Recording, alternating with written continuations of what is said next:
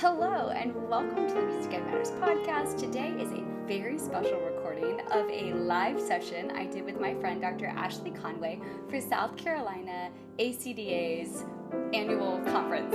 We did a session called Using Technology to Spark Passion in the Classroom Post-Pandemic, Keeping Your Technology Lit, L.I.T. Although we were informed that, quote, lit is no longer a cool term to use, but for all of us elder millennials, it works as a great acronym. LIT being locate your goal, I incorporate technology, and T transfer the content.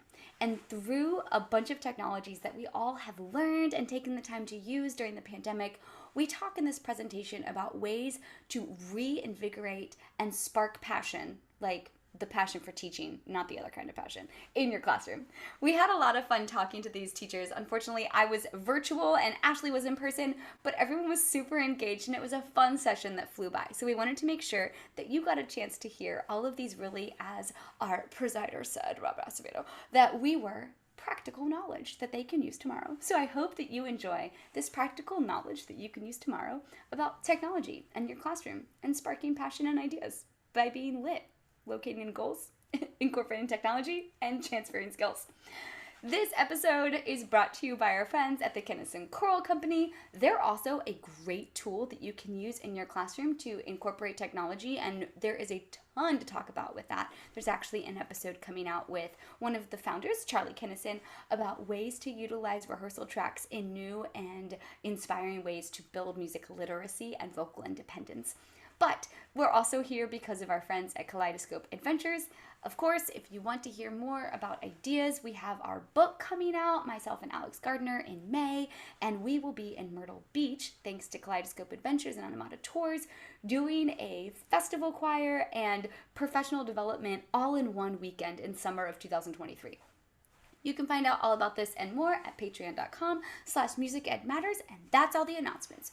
So, our live recording of using technology to ignite your passion and spark ideas by being lit. I hope you enjoy. Good afternoon and welcome to our second interest session here at South Carolina Choral Directors Association Fall Spring Conference. We are super excited to have Dr. Ashley Conway and Dr. Emily Williams-Birch here to give us some exciting ideas, and they have asked to introduce themselves, so I'm going to let them do that. Take it away. So hi everybody, I'm Dr. Ashley Conway, and I would love to, right here for Dr. Emily Williams-Birch to be with us, but car trouble has precluded that. So she's here with us on the screen. Yay! And so we're actually going to introduce ourselves in a couple of slides. So we're going to start out with a song, and then we're going to do a game. Are you guys ready? Are you excited? Okay.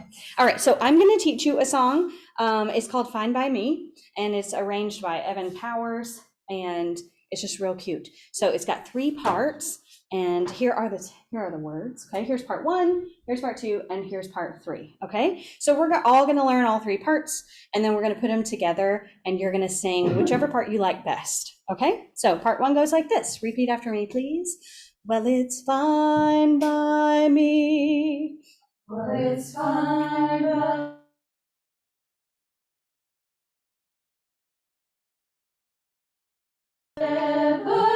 me. You can stay like this forever. Ready and I go. You can stay like this forever. It's fine by me. It's fine by me. So let's sing it all together. Here we go. Well, it's fine by me. If you never leave, you can stay like this forever. It's fine by me. One more time. Well, it's fine by me. If you never leave, you can stay like this forever. It's fine by me. Good. Part 2 goes like this. Fine, fine, fine. Go. Fine, fine, fine. Good. Never, never. Never, never. Stay, stay, stay, stay. Stay, stay, stay, stay. Fine by me. Go now. Fine Yeah. by Let's do this whole thing. me. Ready, go. Fine, fine, fine. Never, never.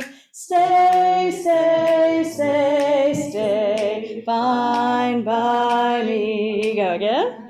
Fine, fine. So, fine, fine, fine. Go now. Fine, fine, fine. Yeah. Never, never. Go. Never, never. Yeah. Stay, stay, stay, stay. Stay, stay, stay, stay. Fine by me. Fine Yeah. by Now let's do it together. me. Ready, go. Fine, fine, fine. Never, never. Stay, stay, stay, stay. Fine by me. Again. Ready, go.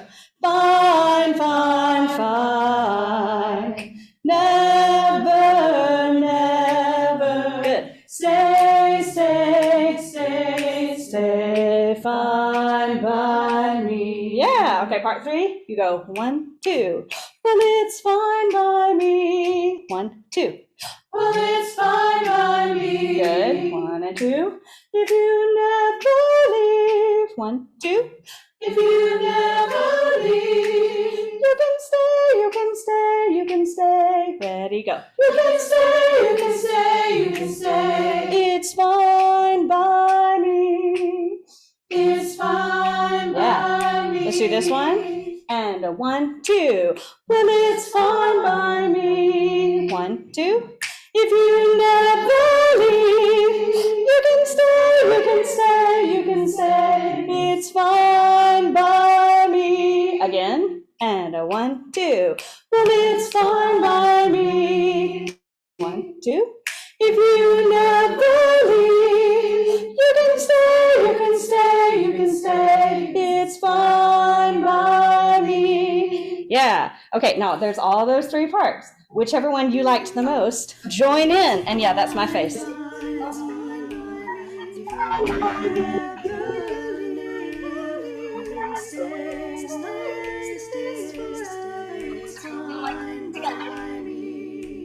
Well, it's fine by me.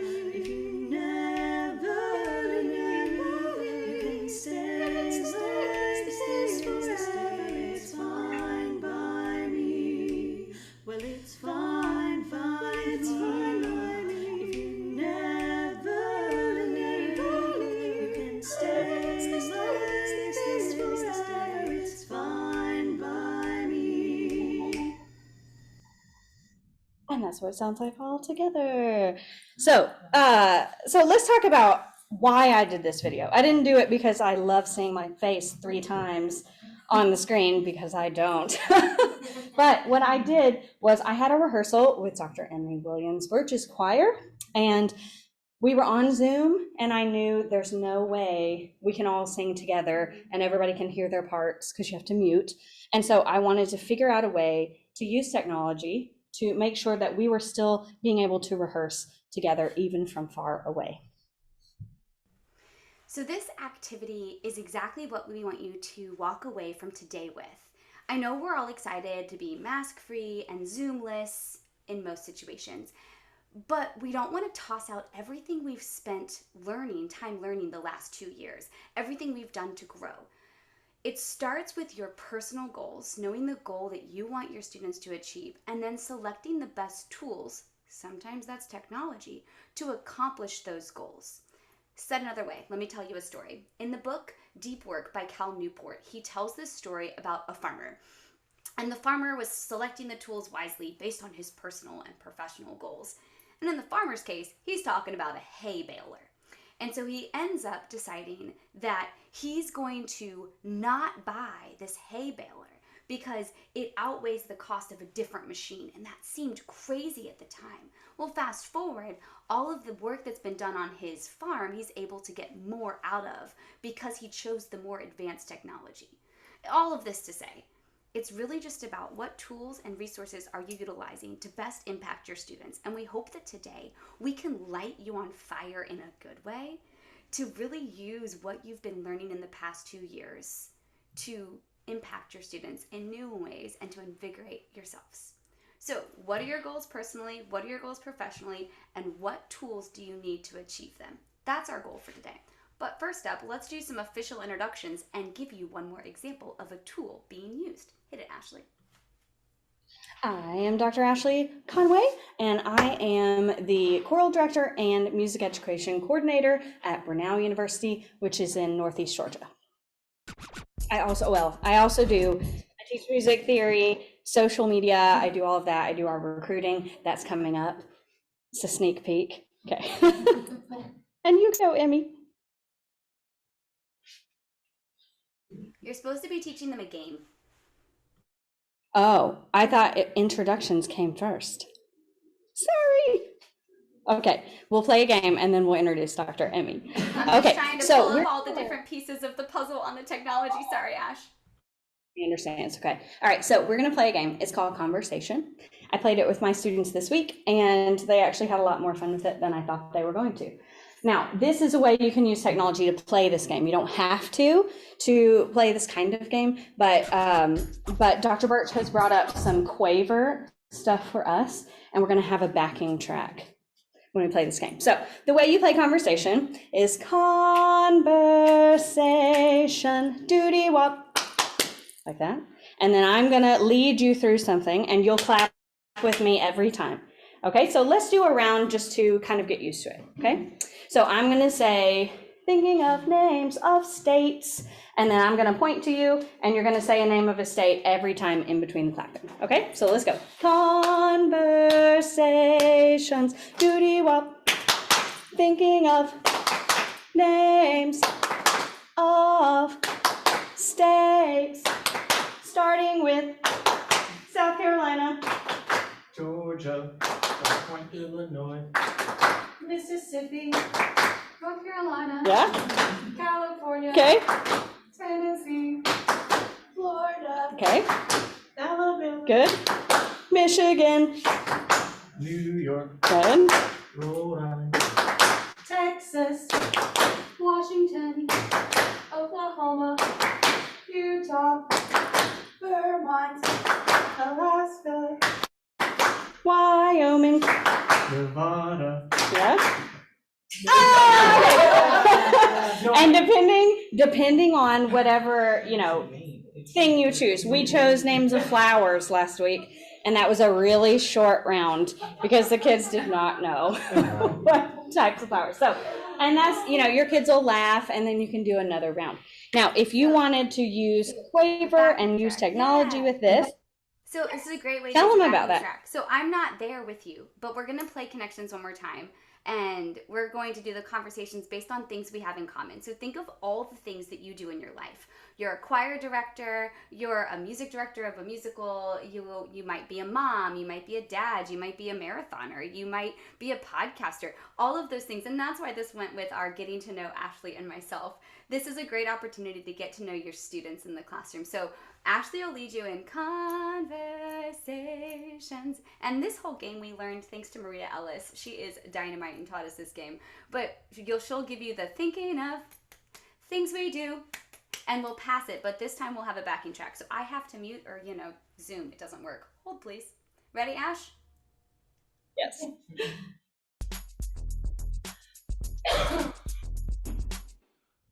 Go.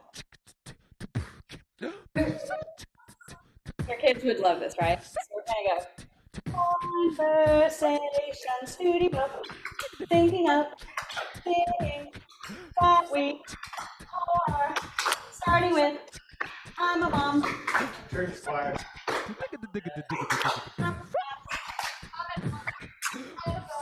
Yeah. I'm a girl, I'm a baker, I'm a children's teacher, Reader. I'm a cook.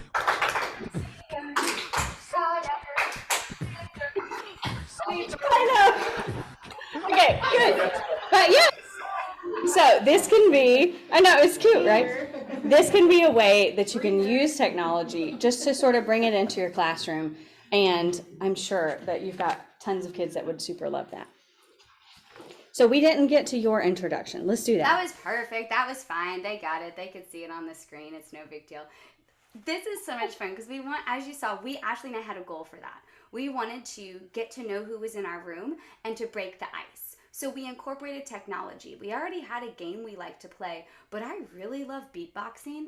And y'all, do you know Deke Sharon, like the king of acapella? He did all the mashups for the Pitch Perfect movies, and he's amazing. He was just on the podcast this week. I recorded an episode with him, and he is the bomb beatboxer. So I'm going to now work on my beatboxing skills. So all of that to say, the point is that that's a great activity for getting to know your community, building community, and breath support. Could you imagine if from those technological examples, you then got a kid who learned how to beatbox to actually be the beatboxer for the activity in your class? Looking at those transfers and those connections.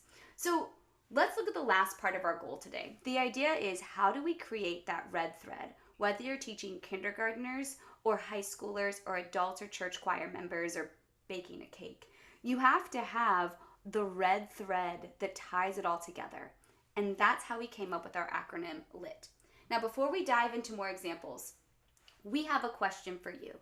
If you use your device and take a screenshot of this, it will take you to Padlet. Padlet is one of our favorite tools that we get to use, and it allows us to converse in a way that you can answer the two questions. What are you hoping to walk away from this session with? And what barriers or questions do you have in order to cultivate meaningful technology usage in your classroom? Don't worry, those questions are in the Padlet. Just give that thing a little scanny scan or type in that thing at the bottom. It allows us to see what you're hoping to walk away with, see what questions you have. But here's the even better part. This piece of technology allows us to talk as a community and to comment on each other's questions and hopes and concerns and ideas. So it takes away the egocentric way of teaching, which is one of my favorite parts of using technology, and it instead empowers the entire classroom community because everyone is bringing something so special to the table. And in case no one's told you today, you're the only you there is, so you should live into that space. We are so lucky you're on this planet. All right, off the soapbox. There's the Padlet. Don't worry, it will continue on the next page as you are clicking it. So our official session objective: how can we take what we've learned during the pandemic with technology and use it to spark passion? Yes, I know if this was middle school, passion in the classroom would not be wanted. However, we want you to have passion for your classroom and excitement to get up every day and to teach in the classroom. And so finding that passion again after 2 years plus of really tough work. And we're hoping that today we've given you some ideas. So don't worry, that Padlet screen will be there so you can, take a picture of it, submit your questions, all that jazz. Where does the research come for this area of content? I think I'm frozen. There we go. You're Am back. I unfrozen? Cool. Have I said the sentence of there's research for this area of content information? Cool. I'll start Now there. you have. Now I have. So the Padlet will continue. You can continue to take pictures of that QR code. So there's a lot of different models that have been done, especially in the technology world, of how to use technology in a variety of ways. So there are 4 main ways. This is brought to you by Dr. Ruben Pentangura, and this is the idea that you can either use it to substitute, augment, modify, or redefine. So in our beginning Find by Me example, we substituted. We couldn't sing together in person, so we substituted what that would be by using YouTube. Augmentation. We used the Quaver beatboxing track as a technology art, as a kind of a tool to improve the game we were already playing. Modification and redesign are even further on that wagon. The modification, something, complete redesign of how you do something. Maybe you've always had auditions in person after school, and now you've started to have auditions using Flipgrid. Or you're redefining something. Maybe you're using some type of cloud-based tool or technology to create your programs for your school concerts, or to create something for your 2nd and 3rd graders. I'm working at a school with an outreach program now, and they're actually using technology to create busking routines. There's no actual instruments in some of the busking routines, and so they're redefining what sound sounds like. So those are the 4 ways to look at it. If you're a Bloom's person, this is another way of thinking about it. If you're just remembering something, using technology as a substitution is super easy. Understanding and applying can be both augmentation, modification, and as you get higher up Bloom's taxonomy, that's where modification and redefinition comes into play. I give these ideas to you in hopes that you're sparking something in your mind, like, I wonder how I could do this differently in my classroom. I wonder how we could solve this problem. I'll give you some more visuals for that. This one is my music ed students' favorite visual I've ever used in class. As one of my pre-service teachers said, this just clicks and makes sense. The Assure model walks you through the process of creating a task, which you guys all know as master teachers, but it gives you the stop and pause to think about what methods, media, and material that you're going to utilize to engage with these students. Now, yes, there is something super special about handwritten notes or one-on-one engagement with no screens, but we have to acknowledge we're preparing the next generation, and there is so much technology that is yet to be developed. So teaching them how to both be present, but also be innovative and flexible with technology is part of our role in preparing that next generation. So this Assure model, analyze, state the objectives, select your method, utilize media and materials, require participation, and then evaluate and revise, is another great system for learning how you can stay lit. So our goal, based on that research, based on all the time you've spent learning stuff, is for you to be able to look at your classroom and say, here's my goal. Here's how I'm going to incorporate meaningful technology, both ones I'm familiar with and some new ones I might hear about today or in the future. And then how will I transfer that content so it leaves a memorable learning experience for my students and they will not have to relearn that a million times. Lit, we're sparking ideas. So let's get started. So let's talk about some ways that we can do this. Okay, so we've broken it down into 3 things: platforms to go see, projects to create or that you can use in your classroom, and democratically designed assignments. So platforms to go see is the easiest one. And we're talking things you probably already do all the time, using YouTube to show them videos of another classroom or some way to make music that you're not like the best at yourself, so you want them to see an expert.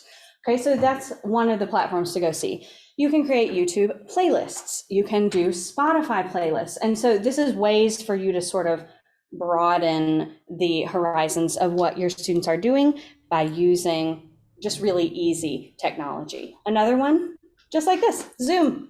You can Zoom with another classroom, right? So this is an example of how we used YouTube to create a playlist as a 6th through 8th grade community ensemble. We were working on sight reading, and they like to have backing tracks because my whole choir wiggles. I don't know where they get it from, but they're all movers and shakers. And so we created this playlist based on songs they found on YouTube that we play these tracks, and that's what we sight read to. So they feel like they're invested more in their sight reading.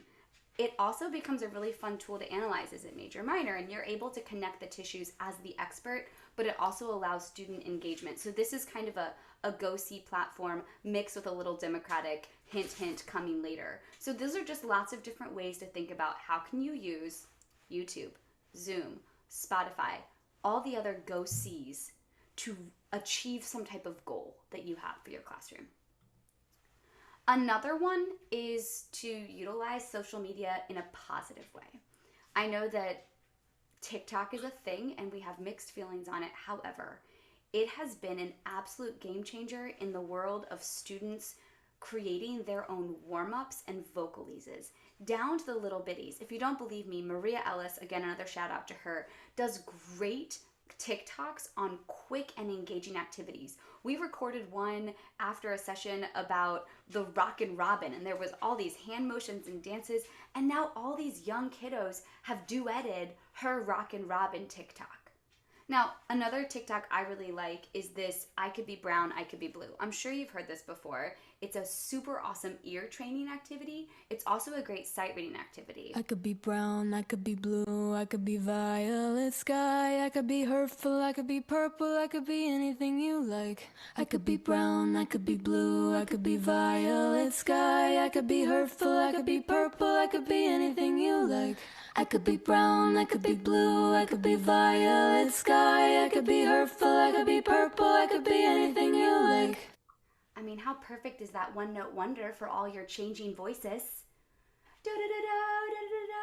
Super awesome, super easy. So already this is good for ear training. This is great for getting them solfeging and sight reading. It could be great for diction. It could be great for vowels. It could be just a short little 51-second, you have 1 minute transition for your little people. Because transitions are tough for first and second graders. So why not give them, you have 51 seconds of a TikTok transition, go. And they have 51 seconds to get to the next place in your room or activity or pick out an instrument or whatever it is you're doing. Is this starting to make sense in the different ways? By the way, if you need it, there is a great little, I gave my kids this and deleted all the words off of it. And they had to work in small groups to solfege the whole thing out and then figure out what song it was. And when they realized it was a TikTok song, man, were they obsessed. So just thoughts on engaging. It's adorable. I love that. All right, so we're going to now shift down to democratically designed assignments. So we sort of need to define this to make sure everybody's on the same page.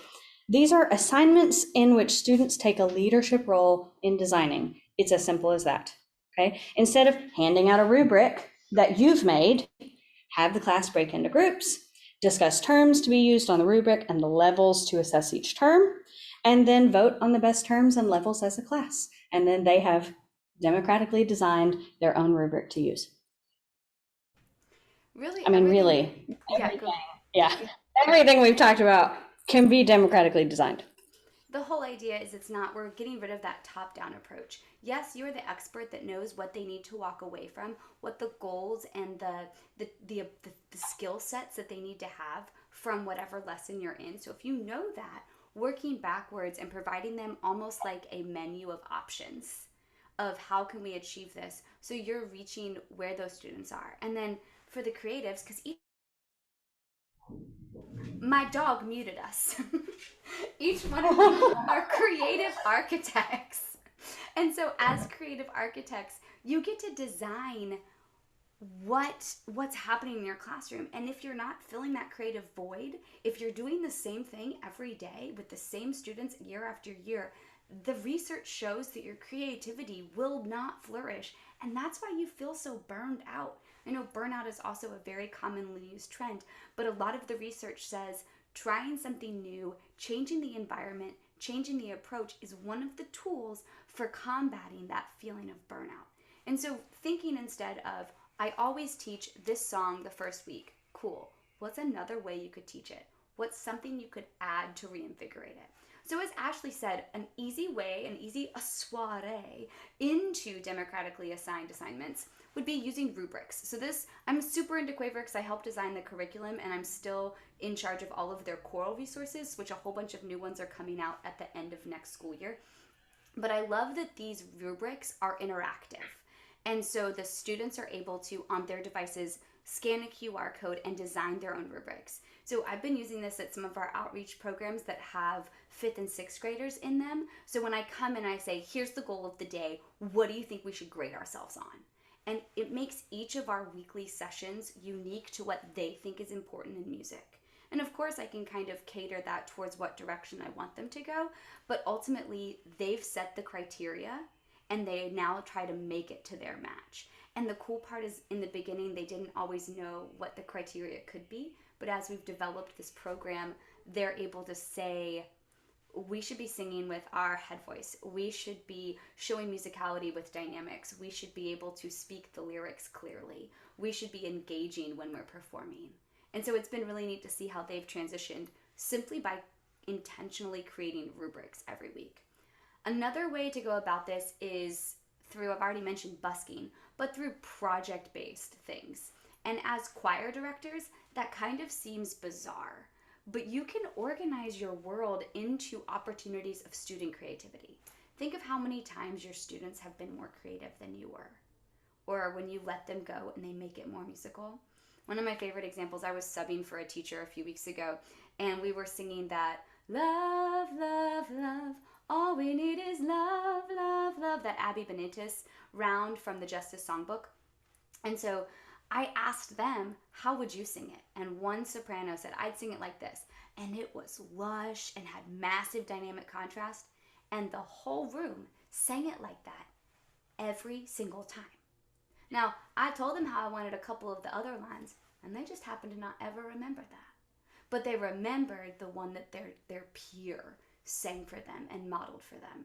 And so I think figuring out ways to, maybe that's part of a unit about how can we perform a cappella music, how can we perform in smaller ensembles. That could be some type of project you create with your students. If you're with the younger ones, there's also a lot of fun you can do with commercial projects, rap projects, composer projects. We could talk about projects all day long, but that's a way to kind of organize your thoughts and kind of start to infuse, okay, I can use Flipgrid for this, I can use Quaver for that, I can use YouTube for this, and you start to plug and play to where you spend maybe an hour planning it and then it rolls out for the next 6 to 8 weeks, which is really fun. So I've been throwing things at you, just throwing paint on the wall to see what sticks. And we've given you examples of our teaching. So now the goal for the last half of our time together is to make this tangible for you and help you generate ideas for your classes that you can use tomorrow, because ultimately that's why you're here. So how do you create your own activity using creative technology to invigorate and meet the needs from your classrooms? First, we have to start with, what are we trying to achieve? I love this image because it helps us see ultimately what the national standard is for what we do every year. So are you working on the performance of the process or the essential questions? Where are you in those standards of advanced, accomplished, proficient? You know the national standards. Which one are you working on most right now? Kind of put that in the back of your mind. Then pick one objective. Just one.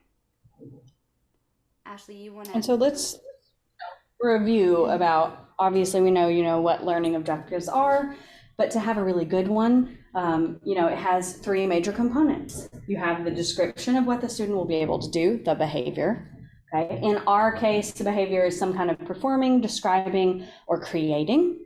Okay. You have the conditions under which the student is going to perform the task and the criteria for evaluating the student performance.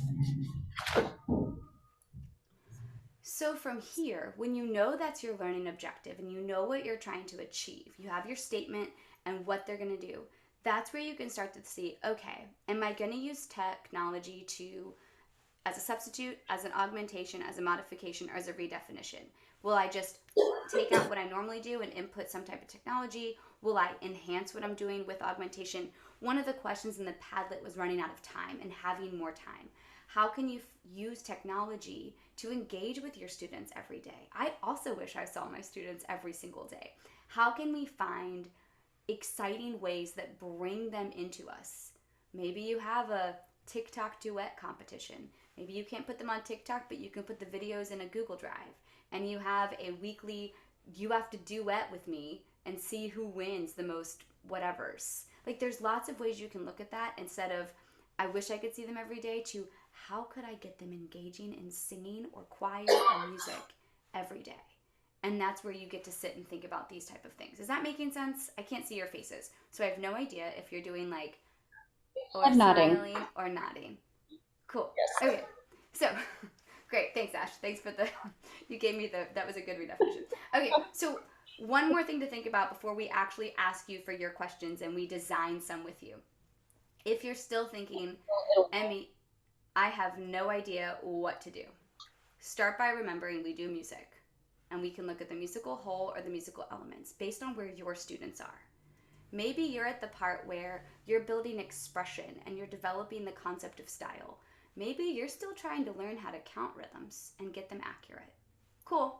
Pick your path. From there, you need to figure out what's the objective that you want to teach them.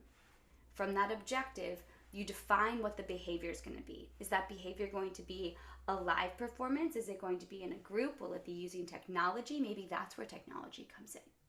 How are you communicating this goal for them? Then, what are the conditions in which they'll do it? And how are you going to group them a grade in this piece? And by looking at each of these pieces in this lovely colored map, you can say, oh, okay, cool. I will use a rubric electronically to grade them as the criteria or conditions. They'll be using Padlet to respond to my question as we work to build community and better understand the lyrics. Oh, their behavior is going to be done using a variety of technological resources in my classroom. They'll be going to YouTube and they'll be using Zoom. Are you starting to see how all this works with ideas? Now, I can't see your faces, so I'm asking a question. Ashley, you're going to have to count for me. How many in the room teach general music classes? Oh, no. We heard how many in the room, and then we didn't hear. Am I back? Yes, you're back. For what it's worth, I have a full connection, and yours is the one that's yellow. Sorry. Yeah. Did I at least freeze in an I'm always nervous I'm going to freeze like.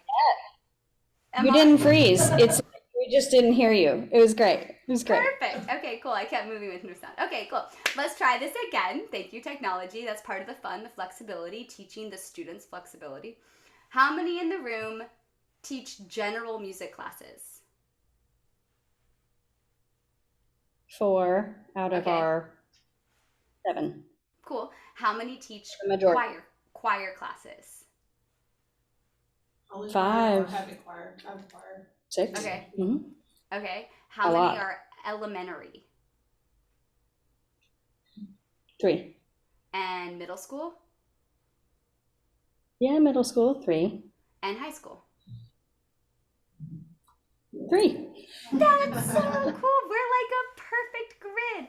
Now, I could have so easily done that using a Kahoot, using another type of technological tool, but I was hoping I'd be able to see your faces and engage with different hand gestures, but life happens and cars break down. So, if you're in a rehearsal, another way to look at it, if you're not thinking about your concepts, think about where you are in this rehearsal planning. Now, if you read too deeply into this image, you're going to realize that it is a band document. Don't judge me, I teach band methods. But this is super helpful because somewhere in this process, you could find a way to either substitute, augment, modify, or redefine using technology. For example, tone quality. We all know that tone quality in choir is built by vocal technique. The way they shape their vowels, the way they place their sound, their use of breath or lack thereof, their engagement of the body. So how could you use the camera on their phones to engage with, does your mouth look like this shape? There's so many filters that you can create and design, super easy. Or find that one student in your classroom that is always techie and say, I want to design an app that has the vowel shapes in IPA so we can match our lips to them as we look in the camera using that filter. Mind blown. That's like super advanced. You can also just grab your phone, show me your camera, okay, look at yourself, make an O, and now you're using technology to engage them. Now, their phones can be on airplane mode, and they can be put right back away. But when you define when technology is brought out, they're less likely to unengage because they never know when you might engage their camera, allow them to click on a video, allow them to use something to Google. And so I like this list when I'm preparing for rehearsals to think, how can I do this a different way and use technology? All of that makes sense? Too much talking. Let's review. No. All right, so these platforms to go see. We talked about YouTube, we talked about Zoom, we touched on TikTok, right? There's also Go React, Teaching Channel. These are just some of the things that we like. Now, Emmy, right, Teaching Channel you have to pay for. Teaching Channel and Go React you have to pay for, but if you are working with any of the universities in your area, and if you're not, and you're looking for a South Carolina university to work with, you should email me because I would love to get you working with my pre-service student teachers. Anyway, Teaching Channel and Go React are usually through the universities, but they allow you to see, I love it for students in a variety of locations. So I use Teaching Channel with my community ensembles to show them what other people that have been deemed great teachers are doing for a warm-up, are doing for a rehearsal. And Go React is just great for recording and making notes to yourself and seeing where can things be better. It's like it's a fancy recording software. But these are all places you can go see great teaching. Button, okay. In 2019, I did a research study on how not to lecture a lecture class, and I compiled a list of like 78 non-lecture techniques in a 150 plus person history of rock and roll class. And these are some of my favorite creative things that came out of it. So instead of me saying, these are all the bands from the 1970s, I gave them a couple ideas, and then they went on a, quote, rabbit hole. They pulled out their computers, and they had to search a band, and then figure out, like, they clickbaited. Who's in that band? Where did they learn to play? Who were their inspirations? Who were their inspirations? Where did they come from? And then at the end of the time, they had to tell everyone in the room, selected, I couldn't pick all 150, but they would say where they ended up. So they would tell us where they started and what they learned and where they ended up. And on that rabbit hole, they made their own connections.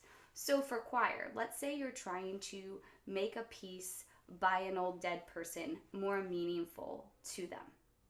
And maybe you want them to explore the lyrics, or you want to explore where they performed it first or who it was written for. I love doing that with Michael Haydn pieces. When my female or my treble ensemble works on music by Michael Haydn, who he wrote it for and why. And rabbit hole has been a blast. Grab your phone, I'm timing you, you have a minute and a half to go down a rabbit hole. And then to see where they end up, and they're responsible for telling me where they end up. It is so cool what they discover in that process. Ashley, do you want to talk about Nearpod or Slido or Slide with Friends? Yeah, so these are more things that I've seen done at like conferences, but Nearpod specifically is one where you have like something like this going on, but then you have your phone out and you can interact with the presentation live, like while it's happening. So this may be something, you have to pay for Nearpod, but I believe Slido is free, and I know Slides with Friends are free. And those are kind of like Nearpod. So this may be a way, if you're using some sort of presentation in your classroom, for your students to really get involved with it and not just sit there and hear about what's happening. Like anonymous. I'm sorry? Like when you're reacting and they don't know who's, can't you do it like anonymous? So I think so. Thing up there, kids are kind of. I think you're right. Yeah. So like if you wanted them to assign numbers to themselves or whatever, Right. if you needed to know. Yeah. But yeah, I think there's a way to make them anonymous so their names aren't, up there. Yeah, but it's fun to get them engaged and see where they go. Zoom and YouTube projects. This is as simple as creating playlists or figuring out, let's say you're doing a piece of music with your ensemble and you want them to go find 3 recordings of the exact same piece of music. Or you're doing a piece of music and there's a bunch of arrangements by other people. Compare and contrast. Or Zooming like we did with Dr. Conway's class and having a Zoom rehearsal just to change pace. I know we did that a ton during COVID, but we've brought that back occasionally as Zoom rehearsals have left, as we're all in one room and they're all in one room, so we're not Zoom rehearsaling, but we're Zooming into each other's rehearsals. We did that with the Chattanooga Boys Choir a few weeks ago, and it just brought energy back into our room. There's also other songs like Fine By Me. Pair up a group of kids and have them go make their own Fine By Me YouTube so that you can be learning more fun little partner songs like that. There's also, if you don't know Coramore, it's a great website. There's a whole series of warm-ups and different tools there. And my students loved videoing themselves teaching and singing a warm-up, and then they would send it to me and I would put it into my warm-up slide. And I would reference their warm-ups. They would create their own, they'd tell me their favorite, and it would be them singing and teaching the warm-up within our class slide deck, if that makes sense. Any questions about projects that you can go create or use in versus going to see?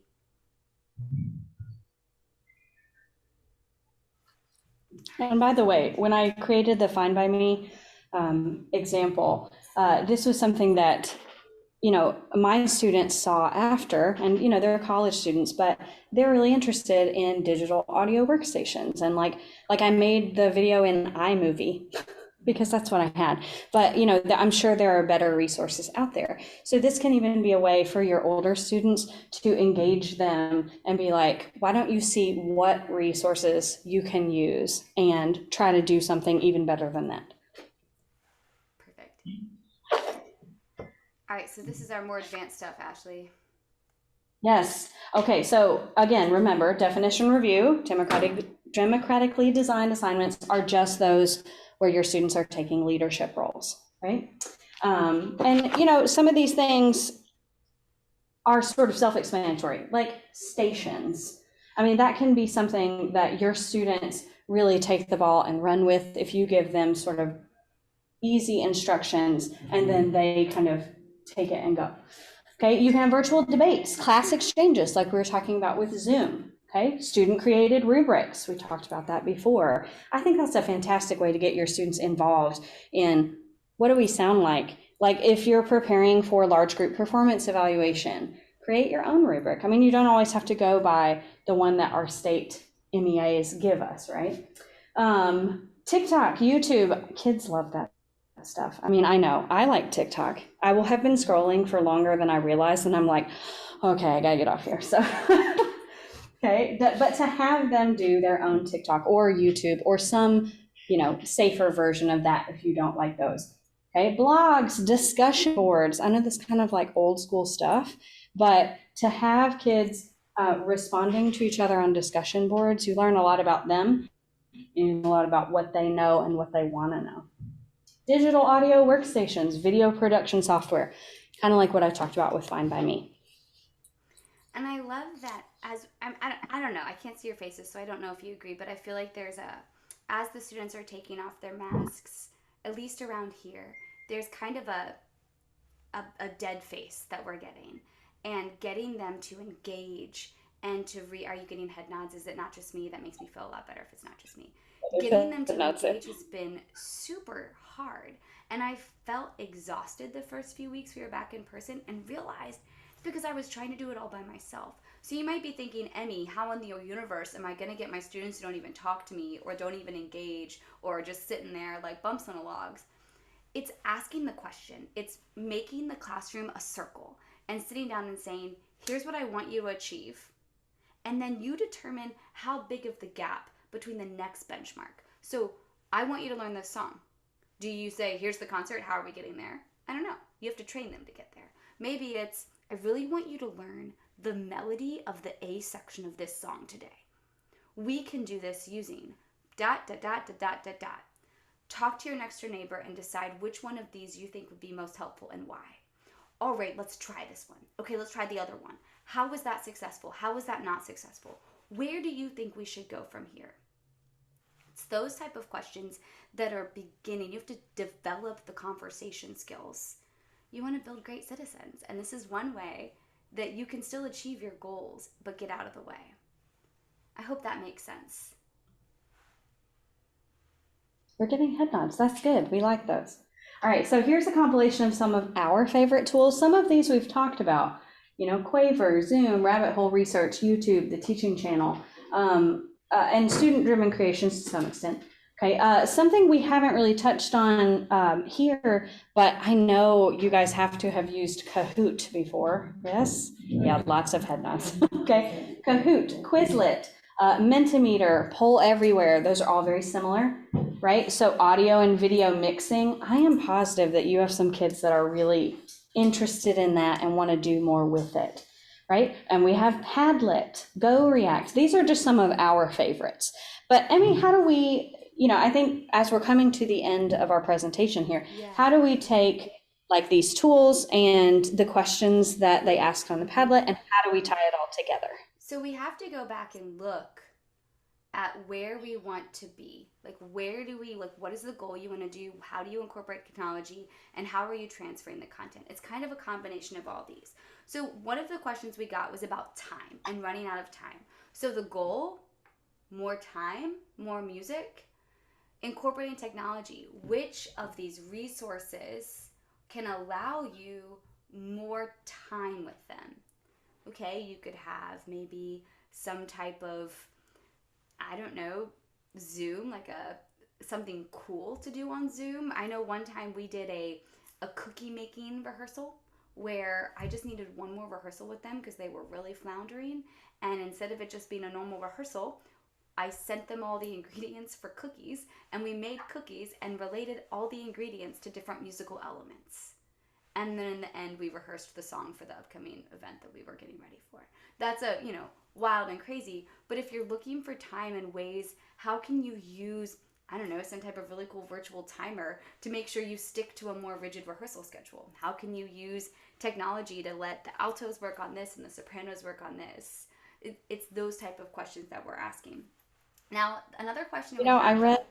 Oh, go, Ashley.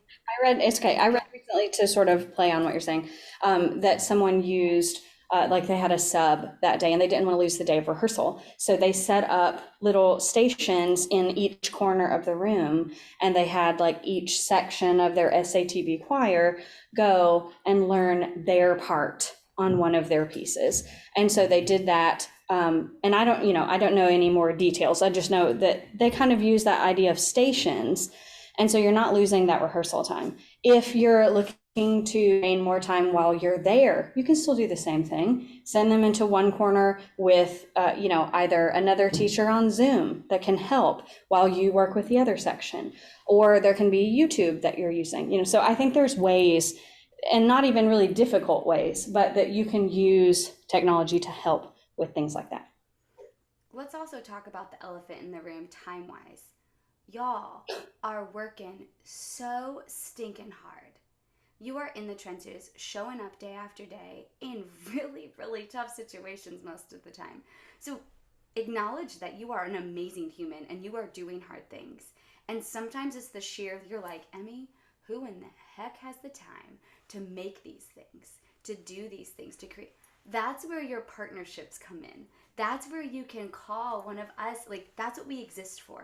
We are doing the research and getting out in the classrooms to help you in the end, because we want to repopulate the field of music educators. So if there's something that you don't have time for, don't hesitate to email or reach out to us. We might not be able to respond in 24 hours, but if you give us some time, I'm sure there's a student we have that can create something, or a connection we have to get you something. And that's, I think, the key when you're looking at not just how to incorporate technology, but the willingness to humble ourselves and ask for help and know that we don't have to do it alone. Yeah, it's all about that community. I really want to try to solve a problem. Like, I want to try to incorporate this into someone's classroom. So does anyone in the room have a goal that they want to get lit with us today? Here is our friendly how we do it thing. Anybody have a goal?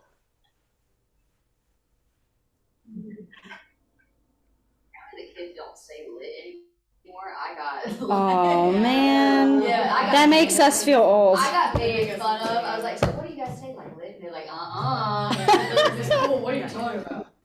Yes, but I'm okay. I'm owning my gray hairs. I'm like fine with aging.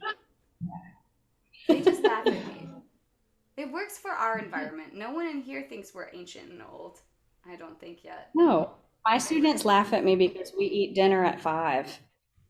So now they're saying I eat dinner as soon as I wake up in the morning. So, yeah. So.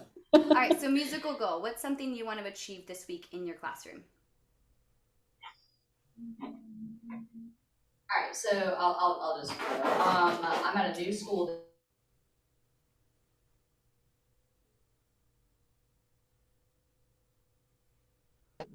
The previous teacher did not do much with music literacy with them.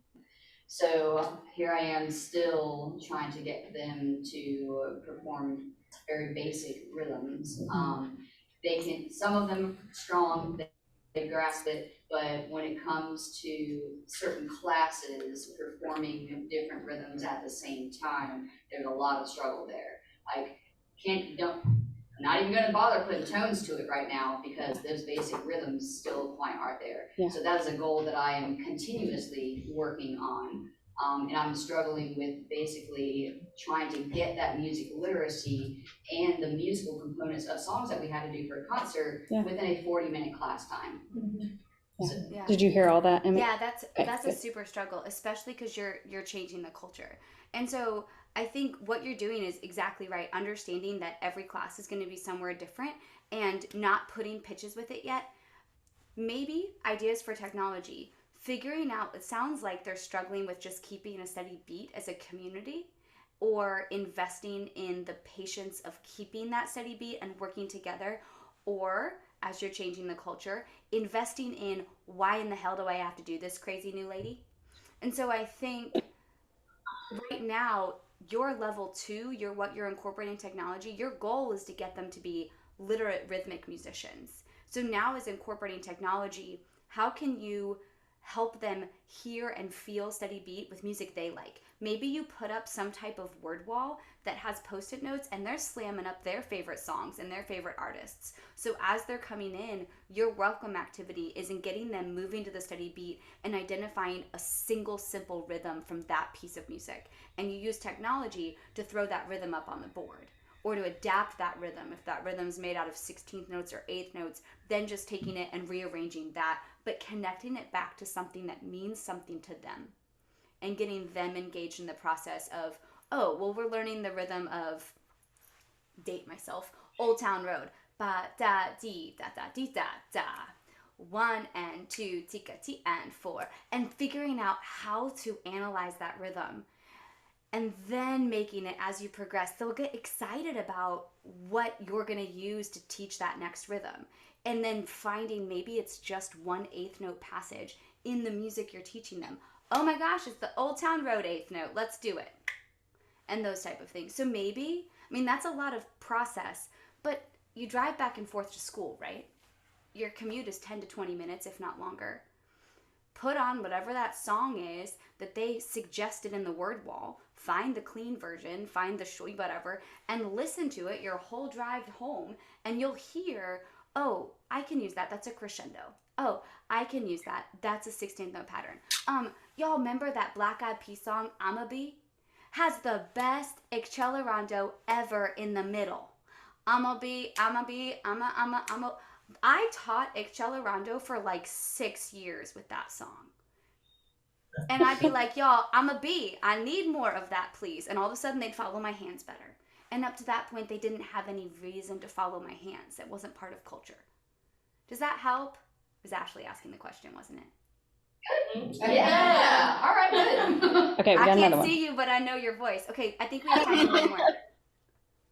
I was just gonna say, kind of in response to that, when you were talking about how the kids need to feel it and hear it, visually seeing it has been really helpful for my students to kind of get together on their rhythms. So even, I use Audacity, and even though Audacity is showing you those waves that are huge and wide, as far as the volume goes, if we start with a steady beat or a simple, 4-beat pattern, they're able to visually see where they're lining up and where they're not lining up. Yeah. And they're like, oh, I get that there, so let's clean it up. And then we pause, really redo it, and it has helped so much. And a great use of technology. Audacity is the free digital audio workstation that anybody can use. Great.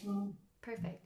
The same is true. I mean, if you're not having a hard time finding music they like, using GarageBand or something where you're mixing in pre-created loops that they can design. That can be its own thing. Go create a loop and tell me why you like it. Explain why you like this rhythm to me. Make sure you differentiate for your students. This is like lesson 101 in my music appreciation class. When people say that's a good beat, that is incorrect. The beat is not changing. It's actually quite boring. You like the rhythm. So single-handedly, all 10 of us today are going to change the universe in saying, I like that beat. Just make sure they know the difference. Anyway, in our last couple minutes, what's the point of all of this? I know advocacy can be kind of a buzzword, and as the National Chair for Advocacy and Collaboration, we hear a lot about the fear of advocacy, because there's big A advocacy, capital letter advocacy. I have a 3-day symposium I have to go to on what's happening on Capitol Hill, and that's intimidating.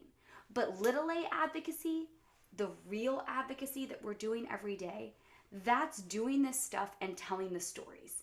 It's having that moment when you use Audacity and it clicks, and then telling that story to your principal, capturing a moment and sharing it with the Board of Education, telling the parents or having the kids tell these stories through movie montages that they make. So when parents are waiting for the concert, they're watching a movie montage of the coolest thing we did in choir this year was ... The thing I'll remember from this year is ... And that's a way to really tell your story and make a difference. I'm going to quote Deke Sharon one more time because obviously he's doing something right since he's a megastar in LA, and he is legit a real life Tigger. He just bounces off the wall and is so genuinely kind. People don't listen to music because it's perfect. There is always something that can be better. People listen to music because of how it makes them feel. People are in your class because you, my friend, are who they're going to come visit when they come back to visit school. They're not going to remember their calculus teacher. Well, they might for the wrong reasons, but they come back to see you because music is meaningful. And these little ideas and technologies, we're just trying to spark ideas. You already know what to do. You're already a mastermind. Go do what you need to do. And if we didn't answer any of your questions, scan that Padlet, send me the questions, and I'll do a Dr. Zen episode just for you, giving you ideas and suggestions. Anything else we need to cover, Dr. Conway? I think we're good. If you guys don't already listen to Dr. Birch's podcast, the Music Ed Matters podcast, you need to. It's amazing. There's so much good stuff on there, packed with good ideas, great guests. It's awesome. It's a platform that you can go see. Just saying. It is. Hey, I wish I could see all y'all. Thank you so much for letting us do this and being so understanding. Thank you guys so much for attending. Can we get a copy of the presentation? I was taking some pictures, but Yeah, she'd like a copy of the presentation. Who do I send? Come show me your email. I'll send it to you right now. She'll write her email down. Sweet. I'll send you a text. Yeah, just send me a text. I'll send it right back. Yay! All right, thanks, y'all. Thank you so much.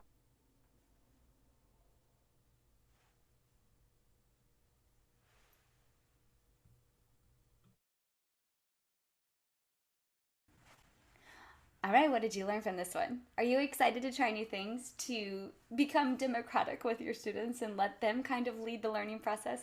Whatever you took away from this, whether it was just one of the activities that we used, or if it's something new you might try as you locate your goals and incorporate technology and transfer the content, maybe it's something there. I want to hear all about it. Please let me know. emilybirch.org/contact. But you know what? I'm just thankful you listened. I hope that you can feel the energy that I have for you and the appreciation that I have that you exist and that our field of music education is a thing, because man, do I love this job. I hope you know, my friend, that you matter. We all know that music matters, especially what we're doing in our classrooms as we impact the next generation with the power of music. And I'll see you next time on the Music Ed Matters podcast.